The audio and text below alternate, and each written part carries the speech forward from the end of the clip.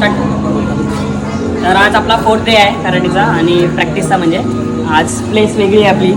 कायम आपण स्टुडिओला करतो. तर आज आपण सुधीर सरांच्या डोजोवर आलो आहे प्रॅक्टिस करायला. बघू कशी प्रॅक्टिस होते.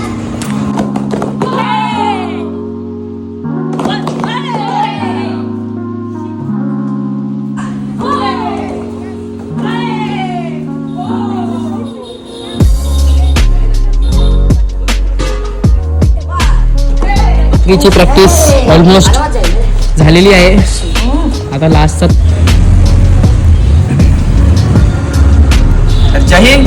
तर बघू शकता आता आपली प्रॅक्टिस सर्व झालेली आहे, वर्कआउट झालेला आहे आणि जवळपास म्हणजे प्रत्येकाचा अनुभव हा वेगवेगळा आहे आणि बऱ्याच दिवसानंतर वाघ पुन्हा मैदानात आलेत असं बोलू शकतो आपण.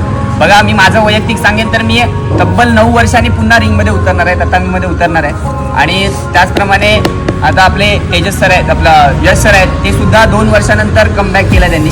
2-3 वर्ष हां बरोबर, म्हणजे 3 वर्षाने ते पुन्हा रिंगमध्ये उतरत आहेत. तसंच गणवेश सर तुमचा अनुभव सांगा जरा. मी प्रॅक्टिसवरती सध्या आहे. लास्ट इयर मी कामसुद्धा खेळलो अंडर 21 -84 कॅटेगरी आणि मी 4 मिनटं फक्त डॉजिंग केलेली आहे. मला खूप बेकार एक्सपिरियन्स आहे. माझे कोचसुद्धा मला पाठवून ओरडत होते की अटॅक कर, पण मी केला नाही. बट यावर्षी नक्की माझा बेस्ट द्यायचा प्रयत्न असेल. असं नाही सांगत की मेडल येईलच, पण माझा बेस्ट तिकडे नक्की दिसेल.